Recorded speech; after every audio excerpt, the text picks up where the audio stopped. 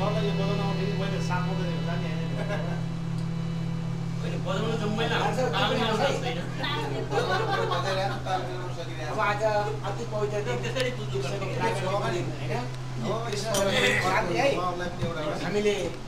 एउटा सानो भजनको आयोजना गऱ्यौँ मीराको बेलामा मीरा एक्लै भजन आयोजना गरेकी थिए जन्माष्टमीको भजन मीराका पुरै परिवार मीराको खिलाफमा थिए उसले एक्लै गरेकी थिए उसले मात्र भनेकी थिए मेरा मालिक मेरा प्रभु मेरो भनेको तँ एउटा छस् आयोजना गरेका थिए ठुल्ठुला वृन्दावनका महात्माहरू आइपुगेका थिए त्यहाँनिर पछि मीराको भजनको प्रभाव यहाँसम्म मुसलमानको राजा थियो बादशाह अकबर त्यस बेलामा उसलाई समेत असर परेको थियो अनि मीरा गायन भएको थियो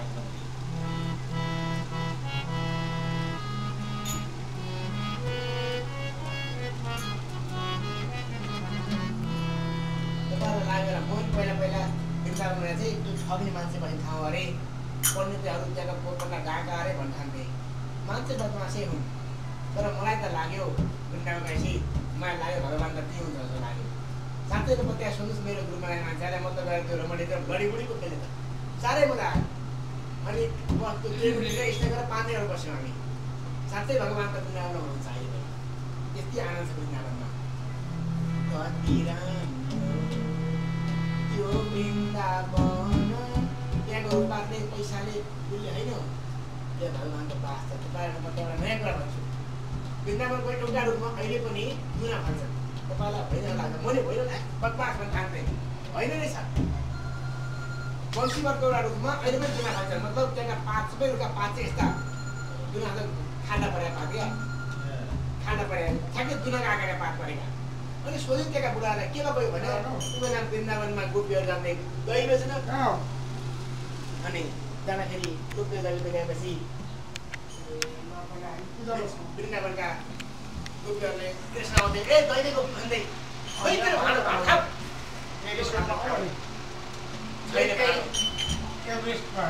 वृन्दावनका पातहरूले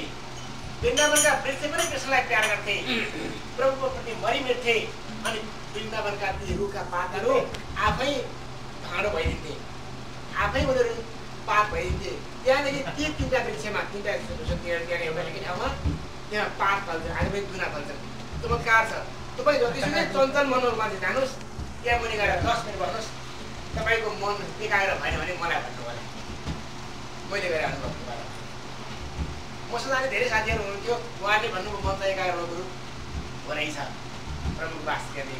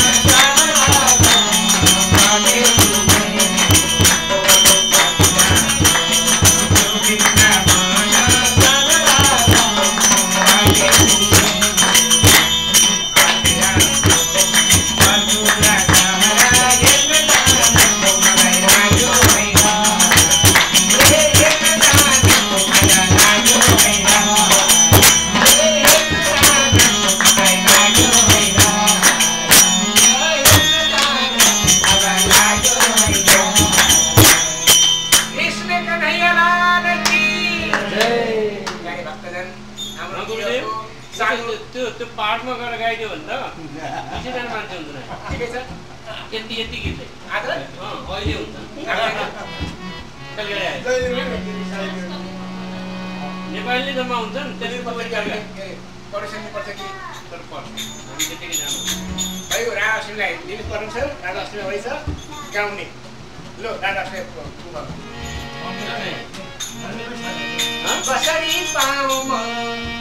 कसरी पाऊ म कृष्णको दर्शन कसरी पाऊ म कृष्णको दर्शन जाने गरी